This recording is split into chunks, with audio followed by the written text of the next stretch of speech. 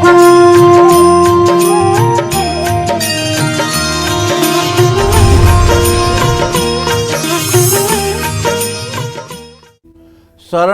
दीनार्थ परित्राण परायणे सर्वस्यार्ति हरे देवी नारायणी नमोस्तुते।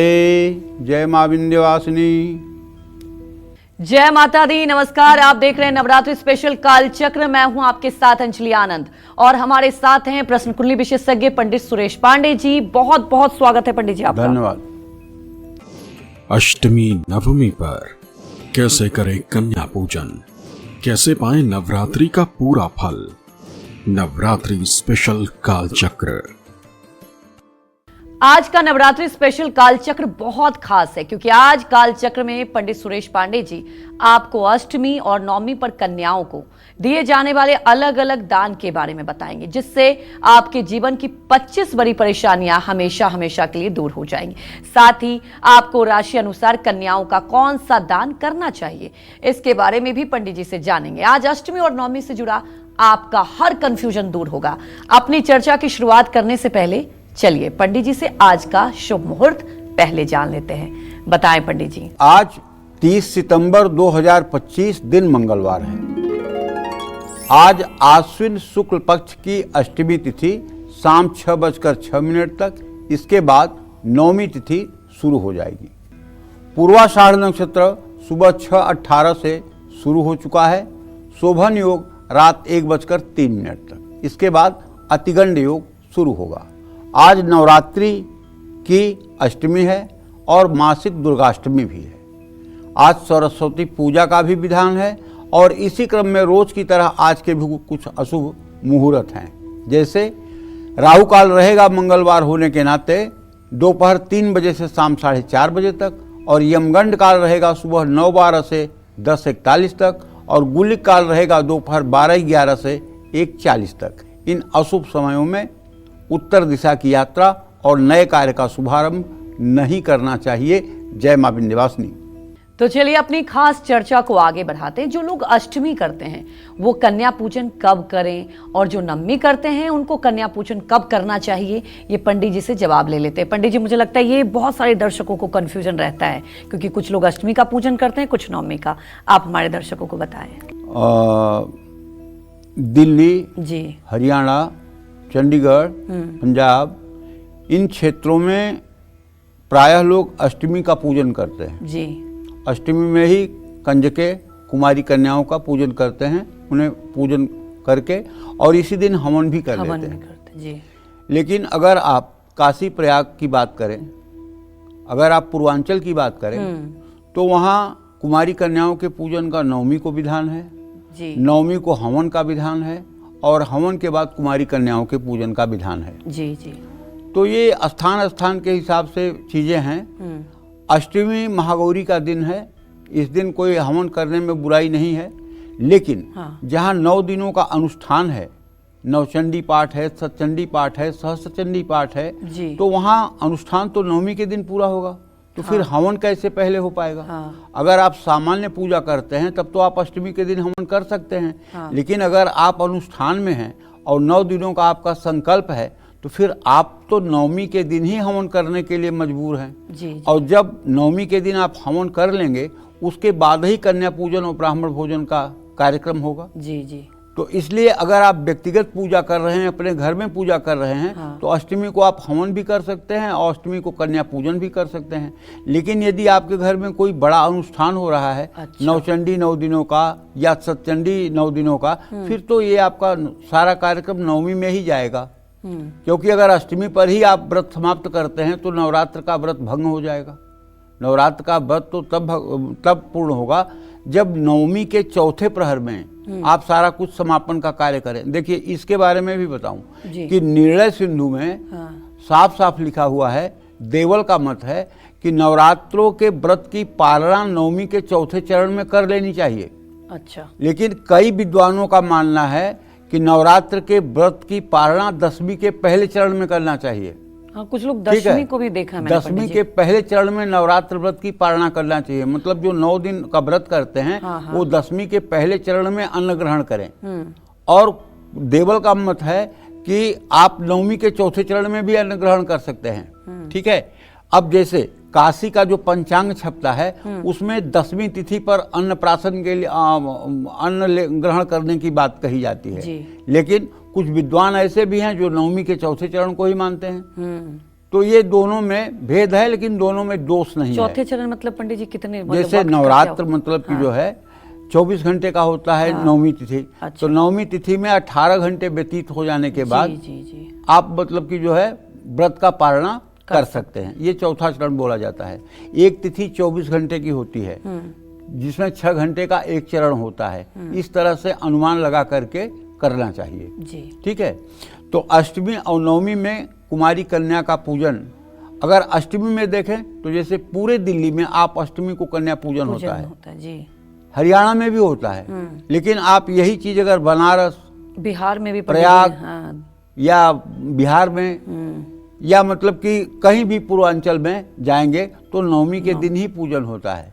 तो इसमें बहुत सशंकित नहीं होना चाहिए। अष्टमी पूजन वो लोग कर सकते हैं जो लोग स्वतः पूजा कर रहे हैं, पंडितों को बुला करके अनुष्ठान नहीं करवा रहे हैं, वो लोग कर सकते हैं। लेकिन यदि पंडित को बुला करके अनुष्ठान हो रहा है और संकल्प हो रहा है, तो इस साल का नवरात्रि 10 दिनों का है।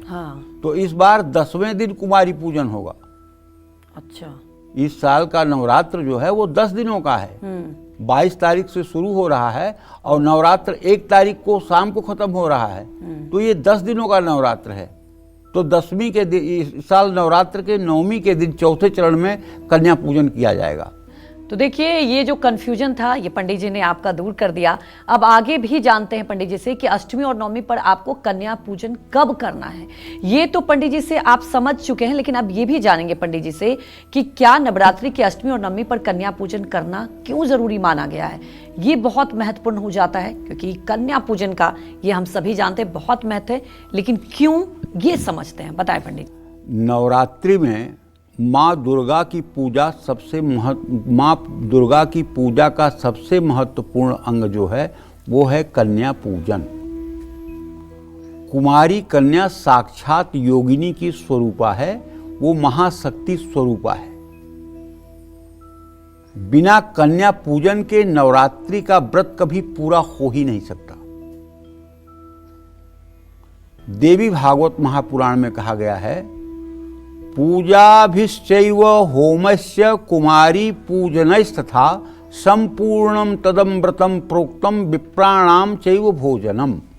यानी कुमारी पूजन, हवन और ब्राह्मण भोजन संपन्न करने से ही नवरात्र का व्रत पूरा होता है। रुद्रयामल में कहा गया है, कन्या पूजन से श्री की प्राप्ति होती है, धन की प्राप्ति होती है और पृथ्वी का वर्चस्व मिलता है। कन्या पूजन से लक्ष्मी प्राप्त होती है, सरस्वती सिद्ध होती हैं, तेज मिलता है और 10 महाविद्याओं की भी कृपा प्राप्त होती है। सभी देवता कन्या पूजन से प्रसन्न होते हैं। असक्तो नियतम पूजाम कर्तु चेन नवरात्र के अष्टम्याम च विशेषेण कर्तव्यम पूजनम सदा। कोई व्यक्ति अगर नवरात्र में हर दिन कन्या पूजन नहीं कर पाता है, असक्त है, तो उसे अष्टमी के दिन कन्या पूजन कर लेना चाहिए। कन्या पूजन से बटुक भैरव, ब्रह्मा, रुद्र, इंद्र, देवगण, वैष्णव अवतार और वैष्णवजन, मनु से शोभित अन्य दिक्पाल और देवता, अनेक विद्या से युक्त चराचर, गुरु, कूटनीति से युक्त दानव सभी संतुष्ट होते हैं। जो व्यक्ति नवरात्रि में कुमारी कन्याओं का पूजन करता है वो सभी त्रैलोक्य को अपने बस में कर सकता है। कन्या पूजन से जीवन में शांति आती है, हर पुण्य मिलता है और सभी मनोकामनाएं पूर्ण होती हैं। देवी भागवत महापुराण के 5वें स्कंद के अनुसार अष्टमी, नवमी और चतुर्दशी को देवी पूजन करना चाहिए और ब्राह्मण भोजन भी कराना चाहिए। मैं आप लोगों को बताऊं एक बात, दुर्गा सप्तशती के 12वें अध्याय में लिखा हुआ है, आपने पढ़ा होगा लेकिन हो सकता है ध्यान आपका न गया हो, मैं आपका ध्यान आकृष्ट करना चाहता हूँ। अष्टम्याम नवम्याम चतुर्दश्याम चैक चेतसः। अष्टमी, नवमी और चतुर्दशी को जो भगवती का भजन करता है ये संपूजिता नित्यम प्रसादय धन भोजनय ददाद वित्तम पुत्राणाम मत धर्मे गतिम शुभाम। तो उसको भगवती क्या क्या देती हैं? धर्म, अर्थ, काम और मोक्ष। जो अष्टमी, नवमी और चतुर्दशी को भगवती की आराधना करता है। हमारे पिताजी कहा करते थे कि अगर कोई व्यक्ति वार्षिक सतचंडी कर ले तो भगवती का हाथ हर समय उस व्यक्ति के सर पे रहता है। और वार्षिक सतचंडी जो हमारे पिताजी बताया करते थे, क्योंकि वो दुर्गा के अनन्य उपासक थे, तो वो बताया करते थे कि अष्टमी, नवमी और चतुर्दशी ये तिथियां हर महीने में 6 बार आती हैं। तो 12 महीने में 6 बार के हिसाब से ये 72 दिन हो जाता है। कितना दिन होता है? 72 दिन। और 2 प्रगट और 2 गुप्त नवरात्र हैं, माने 4 नवरात्र हो गए। 4 नवरात्र को 9 से गुणा किया तो 36 दिन हो गए। 36 दिन और 72 दिन अगर आपने जोड़ा तो 108 दिन हो गए। अब हर नवरात्र में अष्टमी और नवमी जुड़ी हुई है। यहाँ हम अष्टमी नवमी को 6 गिने हैं, वहाँ हर नवरात्र में अष्टमी नवमी कम हो जाएगी, माने 4 नवरात्र में 2-2 तिथियां कम होगी तो कितना कम होगा? 8। तो 108 में कितना घट जाएगा? 8। तो कितना बचेगा? 100। 100 माने ही सतचंडी होता है। तो इसको कहते हैं वार्षिक सतचंडी। वार्षिक सतचंडी जो लोग करते हैं उनके ऊपर साक्षात भगवती दुर्गा की कृपा बरसती है। और आप कहते हैं 10-20 परेशानी, मैं कहता हूं अनंत कोट परेशानी हो, अनंत कोट दुर्भाग्य हो, वो भी भगवती की आराधना से ठीक हो जाता है। वो भी भगवती की आराधना से ठीक हो जाता है, इसमें संशय ही नहीं करना चाहिए। और भगवती की उपासना करने वाले की स्थिति तो ये होती है कि यम यम चिंतयते कामम तम तम प्राप्नोति निश्चितम। उसके चिंतन करने मात्र से सारी भौतिक वस्तुओं की उपलब्धि हो जाए और अंत में वो भगवती को प्राप्त होगा। तो भाई, कुमारी कन्याओं का पूजन करना चाहिए। और कुमारी कन्याएं 9 की संख्या में होनी चाहिए अगर उपलब्ध हैं तो। और 2 साल से लेकर के 10 साल की उम्र तक की कन्याओं का पूजन शास्त्रों में कहा गया है।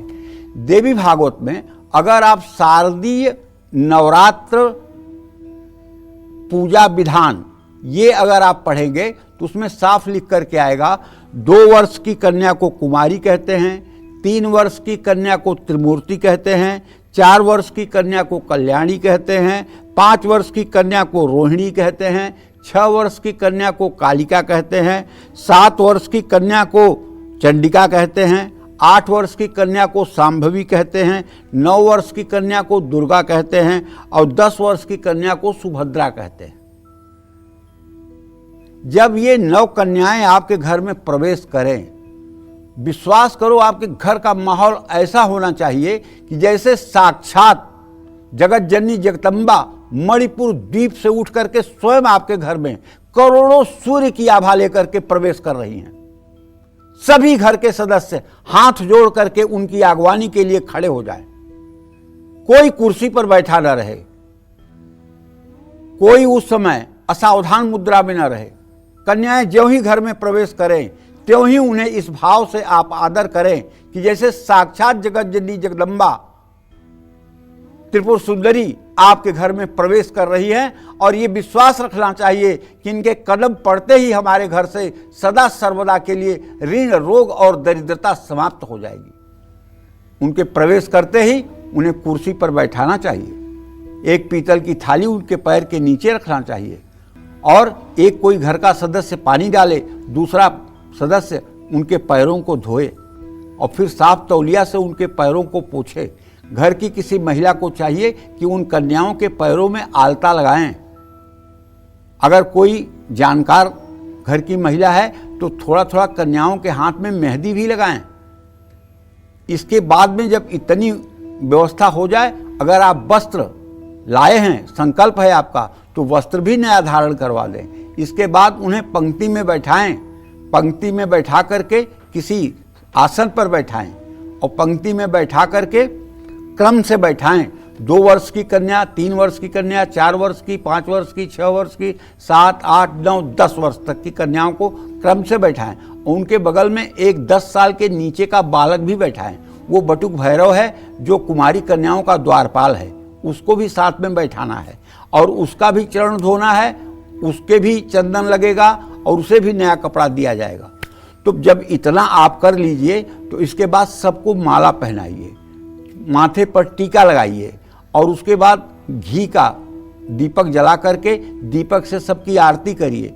उसके बाद सुंदर सुंदर नई नई थालियों में, अगर नई थाली घर में नहीं है तो पत्तल ले लीजिए, पत्तल जो कभी बर्तन यूज न हुआ हो उन्हीं बर्तनों को यूज करना है, पत्थर और दोने ले लीजिए।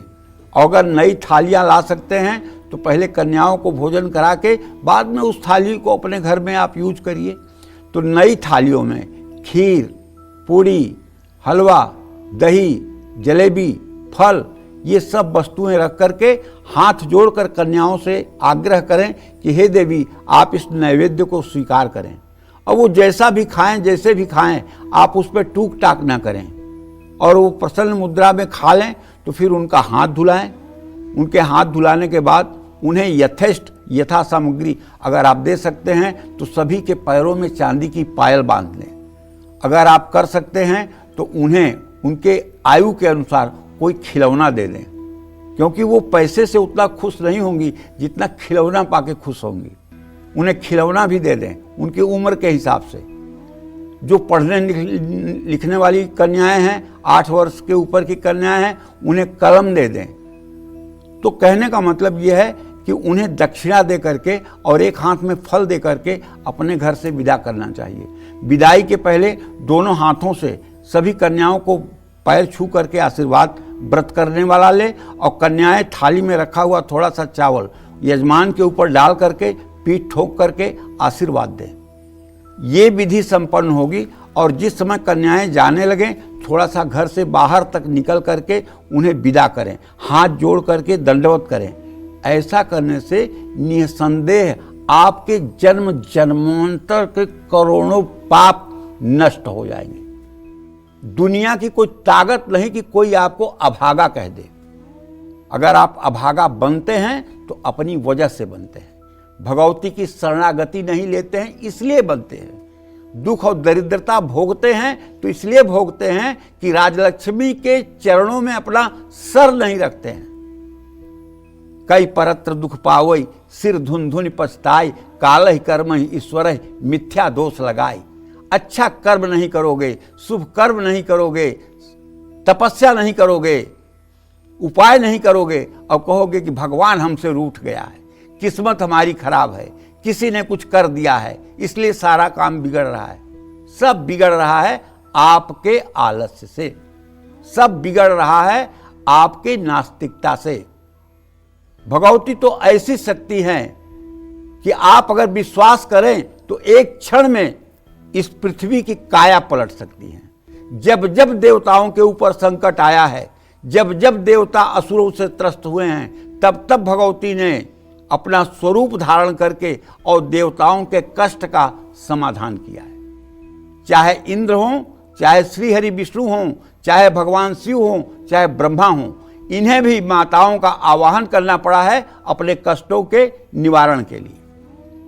और माता आकर के इनके कष्टों का निवारण करती हैं। दूसरी बात, ये तो रही हमारी शक्ति की उपासना की बात। आप लोगों को लग रहा होगा कि ये विंध्यवासिनी का उपासक है इसलिए माता के बारे में ज्यादा बोल रहा है।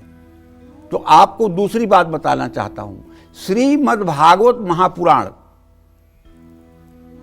3 स्कंद में घुस जाइए, जहां कपिल देव, कपिल महाराज जो भगवान के अवतार माने जाते हैं, कपिल जी जो देवहूति के पुत्र हैं, कर्दम ऋषि के पुत्र हैं, भगवान विष्णु के अवतार माने जाते हैं, उन्होंने अपने माता से कहा है कि हे माँ, जो सब मनुष्यों में, जो सब जीवों में मुझ परमेश्वर को नहीं देखता है और केवल मेरी पाषाण की, पत्थर की मूर्तियों की पूजा करता है, वह समझ लो राख में हवन करता है। अर्थात मतलब कुछ नहीं। तो जब ये बात कपिल भगवान कह सकते हैं कि जब सब मनुष्यों में ईश्वरी भाव करना है, सभी जीवों में ईश्वरी भाव करना है, सभी प्राणियों में ईश्वरी भाव करना है, तभी हमारी पूजा भी साकार होगी। तो इन कन्याओं में अगर हम देवी भाव कर रहे हैं तो कहाँ अनुचित है। इन कन्याओं में भी हमें साक्षात देवी का भाव करना है और जैसी हमारी मनोकामना होगी वैसे ही हमें फल मिलेगा। इसलिए मैं दावे के साथ कह सकता हूं, जो लोग 9 दिन का व्रत करते हैं और पाखंड नहीं करते हैं, व्रत में दिखावा नहीं करते हैं, व्रत के समय गुस्सा नहीं करते हैं, व्रत के समय किसी को श्राप नहीं देते हैं, व्रत के समय किसी से नाराज नहीं होते हैं, शालीनता और धैर्य पूर्वक जितेंद्रिय होकर के 9 दिनों का भगवती का स्मरण करते हुए व्रत करते हैं और कुमारी कन्याओं का अपने शक्ति और सामर्थ्य के अनुसार पूजा करते हैं, उनके जीवन के करोड़ों अरबों पाप नष्ट हो जाते हैं और उनके जीवन में सुख का उदय होता है और इस श्लोक में सुखी होकर के अंत में वो मणिपुर द्वीप या बैकुंठ को प्राप्त होते हैं। इस बात में संशय रत्ती भर नहीं है। जय मां विंध्यवासिनी। तो चलिए आप बात करते हैं 12 राशियों की और सबसे पहले बारी आती है मेष राशि की। मेष राशि वालों को अष्टमी और नवमी पर कन्याओं को किस रंग की चूड़ियां दान करनी चाहिए और कौन से उपाय करने चाहिए, ये जानते हैं पंडित जी से। बताएं पंडित जी। मेष राशि के जातकों को बताना चाहूंगा कि देखो भैया, आप खूब अच्छे से कन्याओं का आगत स्वागत कीजिए। जितना आपकी शक्ति सामर्थ्य है पूरी शक्ति लगा करके कन्या पूजन करिए। और अगर आपकी मेष राशि है तो कन्याओं को घर से जाते समय एक नाशपाती और उनके हाथों में हरी चूड़ियाँ ये आप दीजिए। और घर के जितने सदस्य हैं, नवरात्र में अगर हो सके तो अष्टमी या नवमी के दिन उतना वृक्षारोपण भी आपको करवा देना चाहिए। और वृक्षों में भी ईश्वर का भाव करना चाहिए। जड़ चेतन जग जीव जत सकल राममय जान, बंदव सबके पद कमल सदा जोर जुग पान। जड़ चेतन सब में वही हैं। बीमारियों से मुक्त होकर निरोगी काया पाने के लिए हम सभी को नवरात्रि की अष्टमी और नवमी पर कौन से उपाय करने चाहिए, ये जानते हैं पंडित जी से। बताएं पंडित जी। बीमारियों से मुक्त होकर के निरोगी काया पाने के लिए, आपदाओं से मुक्त होकर खुशहाली लाने के लिए, आर्थिक स्थिति सुधार कर मान सम्मान पाने के लिए, महिलाएं लंबी सुहाग के लिए नवरात्रि में कन्या पूजन करते हुए कन्याओं को श्रृंगार की सामग्री भी दें और सफ़ेद फूलों की माला भी पहनाएं। अगर पैसों की दिक्कत जीवन में बनी हुई है तो नवरात्रि में कन्या पूजन करते हुए श्रृंगार सामग्री के साथ गुलाब के फूलों की माला सभी कन्याओं को धारण कराना चाहिए। इससे महालक्ष्मी प्रसन्न होती हैं और आपके घर में स्थिर लक्ष्मी का वरदान प्राप्त होता है। तो पंडित जी से जानते हैं वृषभ राशि वालों के बारे में कि अष्टमी और नवमी पर कन्याओं को क्या दान करें और कौन से उपाय करें। बताएं पंडित जी। देखिए, जैसे मैंने बताया कन्या पूजन का विधान, वैसे वृषभ राशि के जातकों को भी करना चाहिए। अपने घर में बैठा करके चरण पखारना चाहिए, पाँव दोनों पैरों को साफ तौलिया से पोंछना चाहिए, आलता लगाना चाहिए, उन्हें मतलब कि चंदन लगाना चाहिए, माला फूल पहनाना चाहिए और अच्छे से नई थाली में या पत्तल में उन्हें प्रसाद परोसना चाहिए। और हो सके तो उन्हें ऊनी कपड़े देना चाहिए। और जब वो प्रसाद ग्रहण कर लें तो उसके बाद उन्हें दक्षिणा भी देनी चाहिए। और घर से जाते समय उनके हाथ में सेब, अनार ये फल भी देने चाहिए। लाल चूड़ियाँ भी पहनाया जाना चाहिए। तो कहने का मतलब ये है कि और अगर कोई कन्या थोड़ा सा आपको लगता है कि इसके लिए कुछ और ज़रूरी है, थोड़े से अभाव में कन्या है, तो उसको कुछ ऐसा भी करिए जो उसके पढ़ाई लिखाई के लिए लाभकारी हो। अष्टमी या नवमी पर अपने घर में मोरपंख कन्या पूजन के बाद लगा लीजिए। इससे आपके घर के ऊपर नज़र भी नहीं लगेगी और आपका घर भी सही वायुमंडल में रहेगा। जय मां विंध्यवासिनी। तो शादी के कई साल बाद भी अगर आपके घर में अब तक नन्हा मेहमान नहीं आया है, साथ ही जीवन में हर वक्त मुश्किलें बनी रहती है, सुख समृद्धि छीनी रहती है, तो ऐसे में आपको नवरात्रि की अष्टमी और नवमी पर कन्याओं को कौन सा दान देना चाहिए, ये जानते हैं पंडित जी से। बताएं पंडित जी। देखिए, संतान सुख पाने के लिए, संघर्ष भरे जीवन को, मन को विचलित होने से बचाने के लिए, पहली बात तो संतान जिनको नहीं हो रहा है ना, वो लोग तो इतने ज़्यादा नर्वस हो जाते हैं कि जिसकी कोई बात नहीं, और कहाँ कहाँ चक्कर नहीं लगा लेते हैं। मैं कहता हूं कि आप चक्कर लगा रहे हैं, मैं मना नहीं कर रहा हूं, आधुनिक साइंस को मैं चैलेंज नहीं कर रहा हूं, लेकिन मैं हाथ जोड़ के विनती कर रहा हूं कि 5 नवरात्र का व्रत आप करिए, 9 दिन का पति पत्नी, और पूरी श्रद्धा से व्रत करिए, और हो सके तो मां विंध्यवासिनी का नवरात्र में दर्शन पूजन कर लीजिए और कुमारी कन्याओं का पूजन कर लीजिए। 5 नवरात्र पूरा होते होते चाहे औषधि से चाहे आशीर्वाद से आपके घर में किलकारियां गूंजेंगी, इसमें कोई संदेह नहीं है। लेकिन कम से कम 5 नवरात्र का व्रत करके ही आप परिणाम की इच्छा करें। क्यों? क्योंकि आपका प्रारब्ध जलने में 5 नवरात्र का समय लग सकता है। तो आप विचलित न हो। सर्वत्र सिद्धि और सफलता पाने के लिए, जीवन की परेशानियों का दमन करने के लिए नवरात्रि में कन्या पूजन करते हुए कन्याओं को मीठे फल आपको देना चाहिए। सुख समृद्धि चाहते हैं तो लाल या पीले रंग के फल कन्याओं को दें। माँ दुर्गा की कृपा पाने के लिए कन्याओं को नारियल और केला समर्पित करें।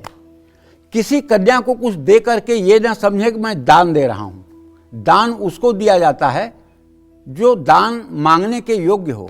और ये जगत जननी जगदम्बा त्रिपुर सुंदरी आपके सामने बैठी हुई हैं, इनको आप भिखारी आदमी क्या दान दोगे?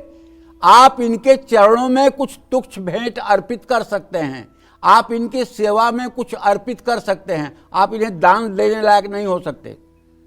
ये राजराजेश्वरी त्रिपुर सुंदरी हैं, इनके एक भ्रिकुट विलोकन से पूरी सृष्टि इधर उधर हो जाएगी। आप कभी मन में भी मत लाइएगा कि मैंने कन्याओं को दान किया है। नहीं, कन्याओं के श्री चरणों में हमने अपनी श्रद्धा सुमन समर्पित किया है। ये भाव होना चाहिए। ये भाव कहीं ना आ जाए कि मैंने तो कन्याओं को ये दिया, मैंने कन्याओं को ये दान किया, सब नष्ट हो जाएगा। जितना किए रहोगे सब नष्ट हो जाएगा। हाँ, मुझे इस शरीर से माता ने अवसर दिया कि उनकी मैं सेवा कर पाऊँ, उनके चरणों में कुछ समर्पित कर पाऊँ। जो बन सकता है वही, अगर जो माता चाहती है वही हो रहा है। ऐसा नहीं कि कन्याओं को हम कुछ दान दे रहे हैं, ये भाव आना ही नहीं चाहिए। जय मां विंध्यवासिनी। तो अब जानते हैं पंडित जी से, मिथुन राशि वालों को नवरात्रि की अष्टमी और नवमी पर कन्याओं को किस रंग की चूड़ियां दान करनी चाहिए, बताएं पंडित जी। देखिए, जैसे सब राशि वालों को बता रहा हूं, वैसे आप भी खूब बढ़िया कन्या पूजन करिए विधि विधान से। और जब कन्याएं आपके घर से भोजन करके और आपको आशीर्वाद दे करके निकलने को हों, तो उनके हाथ में, एक हाथ में सेब, एक हाथ में अनार और लाल चूड़ियाँ दे दीजिए। और हाँ, अष्टमी नवमी में हो सके तो महाकाली के मंदिर में जाइए। वहाँ मतलब कि सिंदूर और नींबू, सिंदूर लगा करके नींबू पर उसकी माला बना करके 21 नींबुओं की माला बनाकर महाकाली के गले में वो माला आप डाल सकते हैं। इससे आपका घर हर तरह के ताप से मुक्त रहेगा। जय मां विंध्यवासिनी। पाप, भय और बाधाओं से मुक्ति पाने के लिए नवरात्रि की अष्टमी और नवमी पर क्या उपाय करने चाहिए, ये जानते हैं पंडित जी से। पंडित जी बताएं। देखिए, हम तो कहते हैं ज्यों ही भगवती का स्मरण मन में आता है और ज्यों ही भगवती का चिंतन मन में आता है, ज्यों ही उनकी याददाश्त आपके मन में जरा सा जागृत होती है, तत्काल सारे विघ्न, सारे समन, सारी बाधाएं, सारे उपद्रव अपने आप नष्ट हो जाते हैं। ज्यादा मुक्ति उक्ति में समय नहीं लगता। अगर दुर्गा का साधक है कोई, तो उसके लिए समय उमय कोई मतलब नहीं रखता। वो एक क्षण में सब कुछ कर देगा। एक क्षण में, निमिष में, जितने देर में पलक झपकेगी इतने देर में सब हो जाएगा। अगर पूर्व जन्म का बहुत पाप है और आप परेशानियों से जूझ रहे हैं, अभी तक दुर्गा जी की पूजा का महात्म समझ नहीं पाए हैं, तो मैं कहना चाहूँगा कि आज से संकल्प लीजिए कि मैं भगवती के चरणों में अनुरक्त रहूँगा और उनका सदैव स्मरण चिंतन करते हुए विद्या समस्ता स्तव देवी भेदा, स्त्रियां समस्ता सकला जगत्सु, सारे संसार की स्त्रियों में उन्हीं दुर्गा को देखने का प्रयास करिए। चाहे आपको पता हो कि यह स्त्री डांसर है, नाच करती है, लेकिन आपके मस्तिष्क में उसके लिए भी दुर्गा का ही भाव होना चाहिए। विद्या समस्ता स्तव देवी भेदा, स्त्रियां समस्ता सकला जगत्सु, सारे जगत की स्त्रियों में आपको देवी भाव ही करना है और ये करते ही आपकी मनोकामना पूरी हो जाएगी। तो पराक्रम बढ़ाने के लिए, भय से मुक्ति पाने के लिए आप जानते हैं, केवल एक मंत्र बता रहा हूं। अगर आपको डर लगता है मरने का, गरीब होने का, गंभीर बीमारी होने का, पुत्र के खो जाने का, पति के वियोग हो जाने का, डाइवोर्स का डर लग रहा है ना, तो कवच का एक मंत्र है, नमस्तेस्तु महारौद्रे महाघोर पराक्रमे महाबले महोत्साहे महाभय विनाशिनी। इसी मंत्र का 108 बार रोज सुबह शाम जप करिए। अगर आपके मन से सदा सर्वदा के लिए भय न मिट जाए तो कहिएगा कवच का 16वां मंत्र है, कर लीजिएगा। नवरात्रि में कन्या पूजन करते समय कन्याओं को बढ़िया स्वादिष्ट खीर, हलवा, केसर वाला चावल, ये सब आप परोसने की कोशिश करिए और हाथ जोड़ करके निवेदन करिए। जय मां विंध्यवासिनी। और आज कालचक्र में पंडित सुरेश पांडे जी आपको अष्टमी और नवमी पर कन्याओं को दिए जाने वाले वो दान बता रहे हैं जिससे आपकी जीवन की 25 परेशानियां हमेशा के लिए दूर हो जाएगी। और अपनी इसी चर्चा को आगे बढ़ाते हुए बात करते हैं उस चीज की जिसका दान अगर आप अष्टमी और नवमी पर करते हैं तो समझिए आपकी पुरानी से पुरानी बीमारी ठीक हो सकती है और जीवन से जुड़ा हर दुख दूर हो सकता है। क्या है वो दान, आइए जानते हैं पंडित जी से। पंडित जी बताएं। अगर समाज का उत्कर्ष चाहते हैं तो अपने रोग और दुखों का नाश करने के लिए, आयु, यश, बल और धन की प्राप्ति के लिए नवरात्रि में कन्या पूजन करते हुए रेशमी कपड़े या चुनरी दान करें। रंग बिरंगे रुमाल और रिबन कन्याओं को दें। सुहागन महिलाओं को दही, हलवा खिलाएं। सूखे मेवे और श्रृंगार की सामग्री भेंट करें। निश्चित रूप से ये चीज़ें ऐसी हैं कि जो आपकी मनोकामना को पूरी करेंगी। और यहाँ तो हम कह रहे हैं 25 परेशानियाँ आपकी दूर होगी, 25 नहीं, अनंत कोटि परेशानियाँ होंगी, वो भी दूर हो जाएंगी। क्योंकि जगत जननी जगदम्बा साफ सीना ठोंक के कहती हैं, एक ही वाहम जगत तत्र द्वितीया काम अपरा। एक मैं ही सर्वस्व हूँ इस जगत की, इस धरा की, दूसरा क्या है? जो कुछ दिखाई दे रहा है, जो दृश्यमान है, वह सब मेरी विभूतियाँ हैं। तो जिस जगदम्बा का ऐसा प्रचंड पराक्रम है, उनकी शरणागति लेकर के हम क्यों नहीं सुखी हो जाते? क्यों दुखी होकर के, क्यों पीड़ित होकर के हम यातना सह रहे हैं? इसलिए जगदम्बा के श्री चरणों में समर्पण का भाव रख करके और माता को सब कुछ समर्पित करके उनके भजन में लग जाइए, बात बन जाएगी। जय मां विंध्यवासिनी।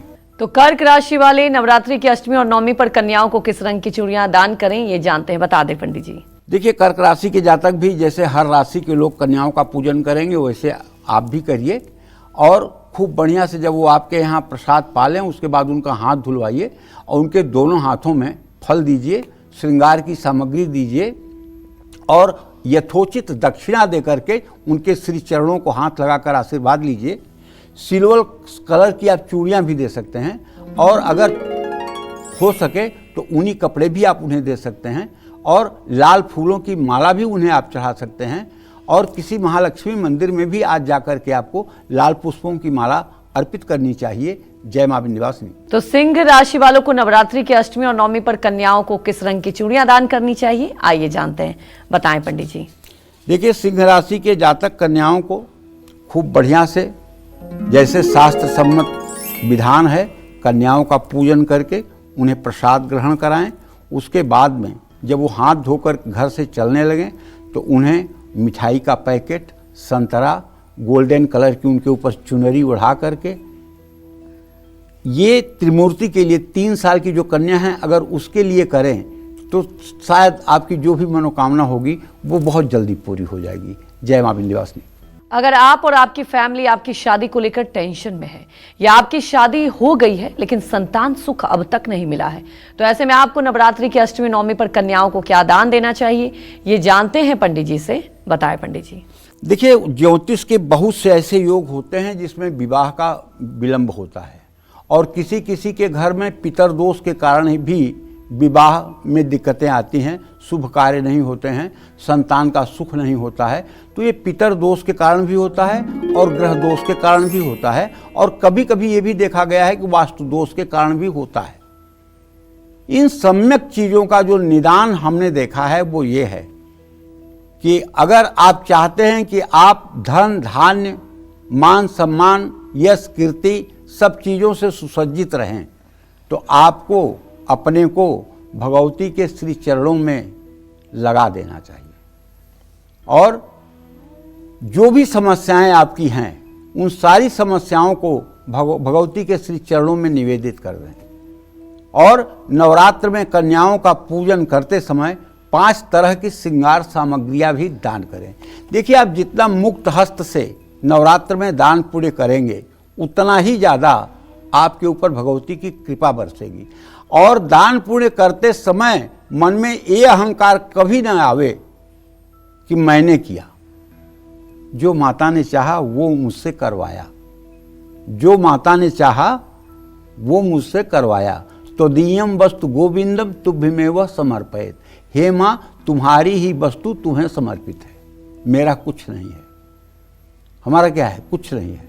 हम तो मतलब कि एक उपकरण मात्र हैं, एक उपकरण हैं। जो माता बटन दबा देगी ये खिलौना वहीं रुक जाएगा।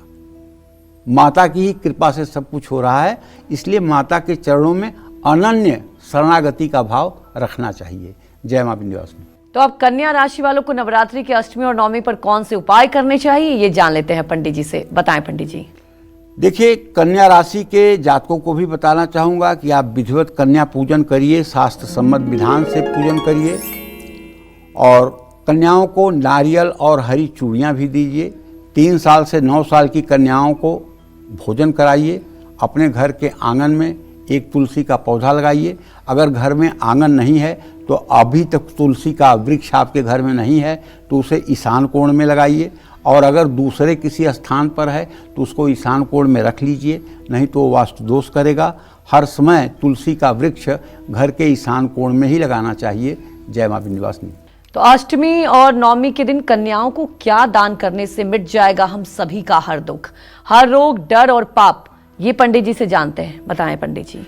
देखिए, धर्म, अर्थ, काम और मोक्ष की प्राप्ति के लिए, रोग, शोक, संताप और भय मिटाने के लिए, पापों से मुक्ति पाने के लिए नवरात्रि में कन्या पूजन करते हुए छोटी कन्याओं को खिलौना और खेल सामग्री दान करने से सारी मनोकामनाएं पूरी होती हैं, बशर्ते कन्याओं के प्रति आपकी गाढ़ श्रद्धा होनी चाहिए। जय मां विंध्यवासिनी। तो तुला राशि वालों को नवरात्रि की अष्टमी और नवमी पर कौन से उपाय करने चाहिए, ये भी जान लेते हैं। बताएं पंडित जी। तुला राशि के जातकों को बताना चाहूँगा कि जैसे अभी मैंने विस्तार से बताया है कि कन्याओं का कैसे आगत स्वागत करें, तो ये भाव रख करके उनकी सेवा करने के बाद अगर उनकी उम्र खिलौने खेलने की है तो उन्हें खिलौने भी दीजिएगा, हरी चूड़ियाँ भी पहनाइएगा, ठीक है। और उसके बाद बहुत प्रसन्नता के साथ अपने घर से 8 कदम आगे जा कर के उन्हें छोड़िएगा, प्रणाम करिएगा। और अगर आपके आसपास कहीं शिव पार्वती का मंदिर है वहाँ भी जाइएगा, माँ पार्वती को मालपुए का भोग लगाइएगा और किसी मंदिर की साफ सफाई में भी सहयोग करिएगा। निश्चित रूप से इससे आपकी मनोकामना पूरी होगी। जय मां विंध्यवासिनी। तो अब पंडित जी से जानते हैं वृश्चिक राशि वालों के बारे में कि उन्हें नवरात्रि की अष्टमी और नवमी पर कौन से उपाय करने चाहिए। बताएं पंडित जी। देखिए, वृश्चिक राशि के जातकों को बताना चाहूँगा कि आप भी अपनी पूरी श्रद्धा लगा करके शास्त्र सम्मत विधान से कन्याओं का पूजन करिए, और जो 8, 9, 10 साल की कन्याएं हैं उनके पढ़ने योग्य के कापी, कलम, पेंसिल, ये सब चीज़ें दीजिए। जाते समय उन्हें अनार दीजिए, सेब दीजिए, नारंगी रंग की चूड़ियाँ उनके हाथों में डाल दीजिए और यथेष्ट दक्षिणा दीजिए, और फिर कन्याओं का पूरा स्वागत सत्कार करके तब उन्हें विदा करिए। और शाम के समय, आज अष्टमी है, तो महाकाली के मंदिर जाइएगा, वहाँ एक नारियल तोड़िएगा और कपूर से आरती करिएगा। जय मां विंध्यवासिनी। किसी लंबी बीमारी से मुक्ति पाने के लिए और घर से दरिद्रता को दूर करने के लिए इस नवरात्रि के अष्टमी और नवमी पर कन्याओं को क्या दान देना चाहिए, ये जानते हैं पंडित जी से। पंडित जी बताएं। लंबी बीमारी और दरिद्रता से मुक्ति पाने के लिए कन्या पूजन करते समय कन्याओं को पढ़ाई की सामग्री दान करनी चाहिए। अखंड सौभाग्य की प्राप्ति और कष्टों से मुक्ति के लिए, मनचाहा वर और सुख समृद्धि पाने के लिए नवरात्र में कन्या पूजन करते हुए कन्याओं का पूरा श्रृंगार करना चाहिए। कन्याओं के पैरों में कच्चे दूध से धोना चाहिए। कन्याओं के पैरों पर कुमकुम, चावल और फूल अर्पित करना चाहिए। हलवा, चना, पूड़ी खिलाकर क्षमता अनुसार कोई चीज़ उनकी सेवा में समर्पित करना चाहिए। एक बात जान लीजिए, ये तो नवरात्र में आप पूजा करेंगे, लेकिन अगर आपके घर में आपका कोई गंभीर बीमारी से जूझ रहा है और डॉक्टर भी अब हाथ खड़े कर रहे हैं, आईसीयू और वेंटिलेटर में जाने की स्थिति बनी हुई है और आपको भी लगता है कि अब इस व्यक्ति का जीवन बचना शायद मुश्किल है, तो मैं आपको एक अचूक उपाय बताता हूं। इस उपाय को आप ध्यान दीजिएगा। 2 दिसंबर 2025 को अमृत सिद्धि योग बन रहा है, जो पूरे साल में एक बार बन रहा है। अमृत सिद्धि योग 2 दिसंबर 2025 को। इस दिन आप 8 ब्राह्मणों के द्वारा किसी देवी के शक्तिपीठ में, शक्तिपीठ माने जैसे विंध्यवासिनी हो गया, कामाख्या हो गया, वैष्णो देवी हो गया, मनसा देवी हो गया, यहाँ हिमाचल में ज्वाला देवी हो गया, चिंतपूर्णी हो गया, कांगड़ा देवी हो गया, किसी देवी के सिद्ध पीठ में दिव्य अथर्व शीर्ष के 432 पाठ करवाएं और नवार्ण मंत्र ओम ऐं ह्रीं क्लीं चामुंडाय विच्चे स्वाहा, इस मंत्र से 1080 आहुति हवन करवाएं और 8 ब्राह्मणों को भोजन करा के दक्षिणा दें। मृत्यु के मुंह में भी गया हुआ आपका पेशेंट बाहर निकल आएगा और चिरंजीव होकर जितनी शेष आयु होगी उसको वो ग्रहण करेगा। गंभीर से गंभीर बीमारियों से निकलने का ये उपाय है और ये साल में 1-2 से ज़्यादा मुहूर्त नहीं आता है। इस मुहूर्त का वो लोग तो ज़रूर उपयोग करें जो लोग किसी न किसी गंभीर बीमारी से जूझ रहे हैं और दवाइयाँ भी काम नहीं कर रही हैं, उन्हें ये उपाय कर लेना चाहिए। जय मां विंध्यवासिनी। तो धनु राशि वालों को नवरात्रि की अष्टमी और नवमी पर कौन से उपाय करने चाहिए, ये पंडित जी से जानते हैं। बताएं पंडित जी। देखिए, धनु राशि के जातकों को भी बताना चाहूँगा कि आप शास्त्र सम्मत मर्यादा के अनुसार कन्याओं का सेवा पूजन कीजिए। खूब उनको उत्साह के साथ जो कुछ समर्पित कर सकते हैं करिए। वस्त्र, केसर वाली मिठाई, गोल्डन चूड़ियाँ, ये सब चीज़ें, और उन्हें अपने घर से प्रसन्नतापूर्वक विदा करें। ज़रूरतमंद लोगों में भी कंबल आप दान कर सकते हैं। अपनी माँ को भी आप नए कपड़े गिफ्ट कर सकते हैं। इन सब चीज़ों से आपका भाग्योदय होगा। जय मां विंध्यवासिनी। मान सम्मान, वैवाहिक सुख, संतान सुख पाने के लिए और परिवार से हर संकट को दूर भगाने के लिए इस नवरात्रि आपको कन्याओं को किन चीजों का दान करना चाहिए, ये पंडित जी से जानते हैं। पंडित जी बताएं। देखिए, प्रेम प्राप्ति और वैवाहिक जीवन को सुखी बनाने के लिए कन्याओं को गुलाबी रंग की चूड़ियां देनी चाहिए। शीघ्र विवाह के लिए, जीवन से दरिद्रता को दूर करने के लिए लाल चुनरी के साथ लाल चूड़ियां भी माँ दुर्गा को और कन्याओं को अष्टमी और नवमी पूजा के बाद देना चाहिए। परिवार पर अगर किसी तरह का संकट है तो अष्टमी नवमी पर कन्याओं को लाल रंग की चूड़ियां अवश्य दें। मान सम्मान और संतान सुख पाने के लिए कन्याओं को पीले रंग की कांच की चूड़ियां देनी चाहिए। जिस व्यक्ति को मानसिक तनाव है, बोलने में दिक्कत है, जो महिलाएं मानसिक रूप से मजबूत होना चाहती हैं, अपनी निर्णय लेने की शक्ति को बढ़ाना चाहती हैं, उनको नीले रंग की चूड़ियां पहननी चाहिए और कन्याओं को भी दान करनी चाहिए। जीवन में खुशहाली लाने के लिए, परिवार में उन्नति के लिए हरे रंग की चूड़ियां पहने और समर्पित भी करें। जय मां विंध्यवासिनी। तो चलिए अब पंडित जी से जानते हैं मकर राशि वालों के बारे में कि मकर राशि वालों को नवरात्रि के अष्टमी और नवमी पर कौन से उपाय करने चाहिए। बताएं पंडित जी। देखिए, मकर राशि के भी जातकों को बताना चाहूँगा, पूरे उत्साह के साथ सब परिवार कन्याओं का आगत स्वागत करके उन्हें दिव्य आसन दे करके और उन्हें प्रसाद पवाइए। जो भी आपके पास संभव हो, बढ़िया खीर, पूड़ी, हलवा, दही, जलेबी, जो भी चीज़ें हैं आपके पास, बढ़िया फल, सब सेवा करिए। और उसके बाद उनका हाथ धुलवा करके साफ तौलिया से उनका हाथ पोंछ करके उनके हाथ में दक्षिणा और फल, अगर सीजनल फल जो ऋतु फल आपको मिल जाए वही आप दे दीजिएगा। और उनके हाथों में हो सके तो छोटी छोटी हरे रंग की चूड़ियाँ डाल दीजिएगा। और अगर आपके घर में महालक्ष्मी की प्रतिमा है या श्री यंत्र आपने रखा है तो आपको जब कुमारी पूजन होने लगे उसी समय एक चांदी की कटोरी में खीर भरकर उसमें चांदी का चम्मच लगाकर महालक्ष्मी के सामने रख करके और उन्हें प्रसाद अर्पित कर देना चाहिए। निश्चित रूप से ये काम करके आप देखिए, जीवन धन्य हो जाएगा। जय मां विंध्यवासिनी। चलिए बात करते हैं कुंभ राशि वालों की। कुंभ राशि वालों को नवरात्रि और अष्टमी नवमी पर कौन से उपाय करने चाहिए, पंडित जी ये बताएं। देखिए, कुंभ राशि के जातकों को बताना चाहूँगा कि अंगूर, केला और हरी चूड़ियाँ ये आप कन्याओं को दीजिए। घर में जितने भी सदस्य हैं उतने वृक्षारोपण करिए और भगवती की आराधना के साथ साथ राम रक्षा स्तोत्र का भी पाठ करिए, इससे आपका कल्याण होगा। जय मां विंध्यवासिनी। तो मीन राशि वालों को नवरात्रि की अष्टमी और नवमी पर कौन से उपाय करने चाहिए, ये पंडित जी से जानते हैं, बताएं पंडित जी।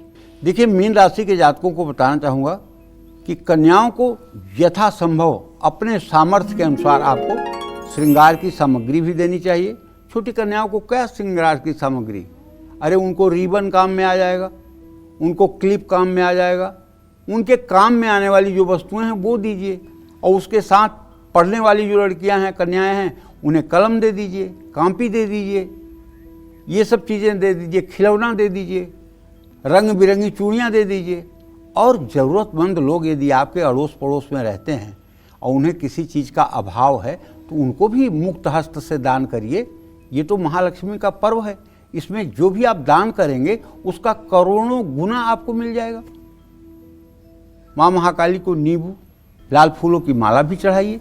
जय मां विंध्यवासिनी। पंडित जी, कन्या पूजन का बहुत ज्यादा महत्व है, लेकिन कई बार शहरों में ये भी देखा जाता है कि जब अष्टमी का पूजन करते हैं, नवमी का कन्या पूजन के लिए निकलते हैं, कई बार कन्याएं नहीं मिल पाती, क्या करें ऐसे में?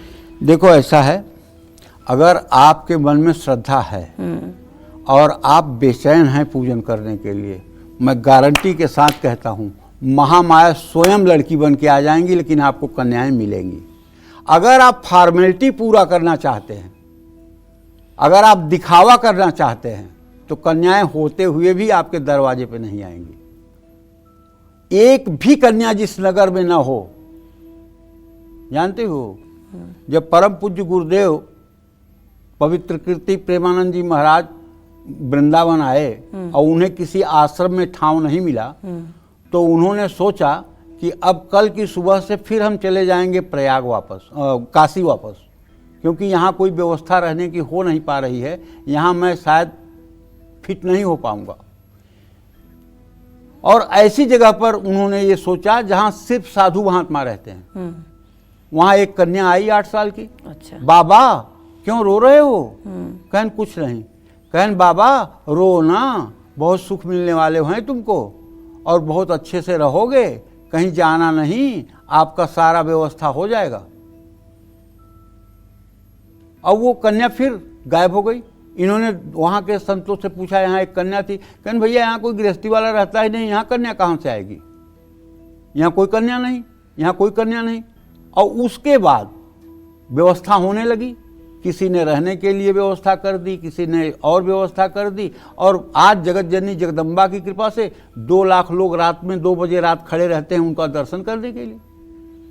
तो जब वो माता चाहेंगी आना ना, तो वो किसी न किसी रूप में आके कल्याण कर जाएंगी। लेकिन अगर तुम अहंकार से, अपने वैभव से, अपने धन से, अपने जज्बात से बुलाना चाहते हो तो चलो मतलब पड़े अगर रहो। 9 कन्या नहीं मिली पंडित जी तो एक कन्या भी बहुत काफी है। ठीक। एक कन्या भी बहुत काफी है। सारी श्रद्धा उड़ेल दीजिए उसके चरणों में। जी जी। भगवती तो कहती हैं एक ही वाहम जगत तत्र द्वितीया काम मापरा, एक मैं ही तो सब कुछ हूँ, दूसरी सब तो मेरी विभूतियां हैं।